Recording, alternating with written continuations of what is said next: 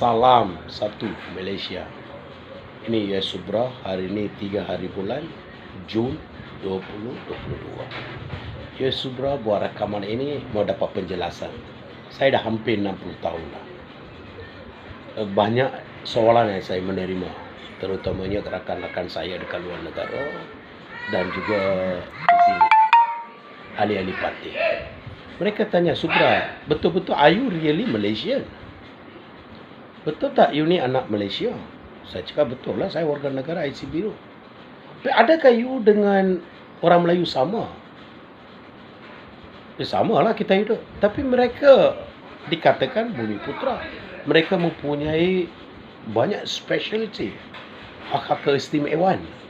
Okey, kita tidak perlu cakap lah 100 tahun dahulu, 200 tahun dahulu, 300 tahun dahulu. Sekarang Melayu kebanyakannya sudah makmur, sudah berjaya. Mereka diserang dunia di mana pun mereka ada. Lebih daripada orang Cina di mana ada. Sekarang orang Melayu di mana juga you pergi, mana negara you pergi, you mesti boleh jumpa orang Melayu di sana. Mereka telah berjaya. Tapi anak mereka sekarang tak kira dia kahwin orang putih, anak Malaysia di luar negara dia masih dikenali sebagai Malaysia. Tak kira itu lelaki ke perempuan, dia kahwin orang putih ke, Negro ke, Bangla ke, India ke, Thailand ke, Cambodia ke, siapa dia kahwin, anak itu dikenali sebagai bumi putra. Seperti mana dekat Sabah Sarawak, tak kira lah dekat Sabah Sarawak dia Cina ke, Melayu ke, anak sejati Sabah Sarawak dikenali sebagai bumi putra. Boleh nikmati semua keindahan, keistimewaan negeri itu, mereka boleh nikmati, tak ada masalah. Tapi cuma di semenanjung Malaysia ini sudah keturunan 10 orang India dengan Cina masih dikenali sebagai third generation, dikenali sebagai organ lain pula. Mereka tak, kita bukan nak minta semua apa yang keistimewaan orang-orang bumi putra, tapi bila boleh jadi seperti bumi putra ni, bila saya nak tanya soalan, saya pun tidak tahu. Saya pun ragu-ragu. Saya pun nak tanya pemimpin-pemimpin. Tak kira lah dia tu Dato' Seri Najib ke, dia tu Dato' Seri Sabri ke, Mahathir ke, siapa yang bakal akan jadi Perdana Menteri, saya mau tanya. Lagi saya nak tanya juga pemimpin-pemimpin politik kaum kita juga, Cina juga dan India juga. Bila mereka nak samakan, boleh dapatkan hak-hak istimewa seperti mereka ini dalam pendidikan. Kita baru-baru tengok TNB cuma boleh mohon bumi putra. Dalam pendidikan lu boleh dapat swasta scholarship, dalam universiti, dalam pekerjaan, dalam bidang pekerjaan, dalam bidang perniagaan untuk bumi putra ada specialist. Ada banyak yang keistimewaan mereka dapat. Nak beli tanah, nak beli rumah, ada dapat 10%, 20%. Sampai bila ini anak-anak mereka yang belajar dekat luar negara, kahwin tak kira bangsa mana, itu cucu ini yang boleh dapat di sini menikmati. Tak kira dia kaya pun dia dapat 10%. Ini orang India dan Cina ni dah sini sudah 20, dah 200 tahun pun masih lagi tidak boleh menikmati seperti mereka. Lagi-lagi Perdana Menteri yang kita Najib ni baru ni kata India masih memerlukan blueprint. Tak masuk akal ini. Blueprint daripada siapa? Daripada orang India yang ahli politik, yang sudah jadi hamba abdi. Sudah jadi hamba abdi, tidak boleh suara apa-apa pun. Betul tak? Minta dekat dia blueprint. Tengok pentadbiran 95% orang Melayu. Betul tak? So semua menteri-menteri, pengarah-pengarah, semuanya orang Melayu. Kita tidak panggil lah Raja, Sultan. Itu mereka, anak-anak mereka memang sudah, kita kan mempunyai sistem diraja. So mereka tak kira, mereka sudah mempunyai atasan tertinggi sekali, sudah ada. Tak apa. Yang di bawah ni ada pula keistimewaan untuk orang Melayu. Ini pula Palestina. Sampai bila? Lagi nak berapa ratus tahun? Adalah kaum saya masih lagi kata nak gaduh seperti nak untuk hak sekolah takmil lah, nak penukaran agama lah. Mereka cakap dalam sosial media seolah-olah mereka ini adalah lion, mereka ini hero India.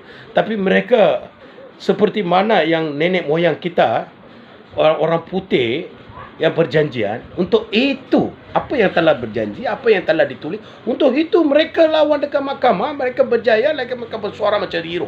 Saya tak kira ini generasi mana, saya ke mana, negara mana pun saya pergi sekarang, walaupun warna kulit saya hitam, saya pergi Tamil Nadu, India, mereka dikenali saya sebagai orang Malaysia. Saya memerlukan pasport Malaysia, bukan pasport India, pasport lain, tak ada. Tapi macam mana saya tidak dapat keistimewaan di sini? Tengok saya, kalau nak saya apply nak kedai nak meniaga, saya punya restriction bukan sikit, banyak. Orang Indonesia, orang Bangladesh boleh tepi jalan meniaga. Pasal apa? Dia Islam. Dia tak ada kira dia tepi jalan dia boleh meniaga. Dia Islam. Dia punya anak sudah jadi Melayu.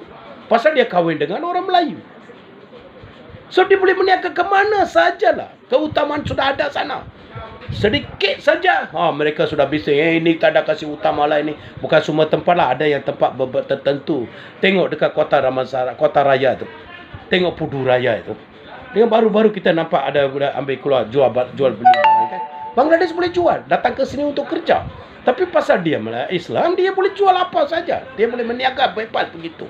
Tapi orang India pula masih lagi dikenali sebagai anak luar negara ni. Saya cuma nak tanya ni, saya pasal saya sudah cukup hampir 60 tahun. Besok anak cucu saya bila macam mana? You orang nak kita pun sama seperti orang Cina, kebanyakan anak-anak mereka sudah ke luar negara, Canada, Australia. Come on lah, anak-anak Melayu banyak sudah ke luar negara. Mereka berbosan sistem. Di sana mereka akan tanya pada mereka ini, apa luar negara kau ni? Di Semenanjung orang Cina, India masih lagi tidak kenali Bumiputera. Dekat Sabah, Sarawak, di Malaysia juga. Tapi mereka kalau di lahir di sana, okey dikenali sebagai Bumiputera. Dapat semua, mereka boleh menikmati semua yang apa yang kerajaan telah sediakan. Tapi hairanlah, malam baru-baru bandar baru Sungai Buloh, anak-anak Bangladesh, anak-anak Zimbabwe tak? Nigeria. Boleh jadi Bumiputera, dapat semua menikmati. Pasal dia orang kahwin Melayu, dia jadi Islam. So jadi Islam sahaja. So boleh dikenali sebagai Bumiputera. Macam mana, tak masuk akal lah. Saya minta lah, tolonglah buat sesuatu. Pemimpin politik, kita tidak mau gaduh, kita tidak mau cemburu, kita tidak mau keistimewaan mereka dikurangkan ke atau dipotong ke apa, tidak mau. Tak apa, biar bagi. Tapi janganlah tinggalkan orang Cina dengan India di sini. So you pun tahu, Najib dalam baru-baru barisan meeting tu, dia kata orang India kita kena mesti ada blueprint untuk dia membangunkan, pasal dia datang dari estate. Okey, dari estate tu apa? Ini kan hutan. So membangunkan estate, masa tu orang Melayu tidak mau pergi estate. Dia tahu sejarah kan. So membangunkan negara ini getah, bija timah, negara jadi sumbung. Satu kekayaan dapat. Selepas getah sekarang kelapa sawit. So siapa yang jadi kaya sekarang kelapa sawit? Najib kata sekarang dia orang 10,000 boleh dapat. Dari mana? Siapa yang tebang hutang tu? India kan? Tapi masih dikenali sebagai anak luar negara lain pula. So you orang adakah memerlukan hampa habis? So adakah you orang ingat ini orang India semua kita masih lagi gunakan untuk bekerja saja? Sampai bila? Saya nak tanya ni pemimpin-pemimpin kita juga, janganlah tipu sama rakyat kita. Janganlah bohong sama rakyat kita. Seperti mana Najib kata, ni apabila jumpa MIC di sana, wah ramai tepuk saya, bagus ah. Sokong di sini baik, bagus. Tapi dekat akar umbi sana betul kah? Apa sokong? Ini salah satunya. Suara dari rakyat. Betul kah semua pemimpin-pemimpin kita ni mau jaga kita? Mau pentingkan rakyat? Mau pentingkan kaum India ni? Itulah saya kata, at least sekurangnya kita dikenali sebagai minority. Kita satu kaum yang sudah kurang daripada 10%. At least Minority Action Party mempunyai, boleh bersuara dekat UN, luar negara. boleh mempunyai hak-hak istimewa untuk minoriti semua di dunia. Di mana saja negara kita mempunyai 196 ke berapa. So semua negara untuk minoriti mempunyai hak-hak istimewa. So melalui minoriti kita bersuara, kita minta kerajaan, okey, bagilah hak istimewa ini. Hak-hak istimewa lebih hampir sama dengan Bumiputera. Itu yang kita mau. Okey, jumpa lagi. Ya, Subhanallah.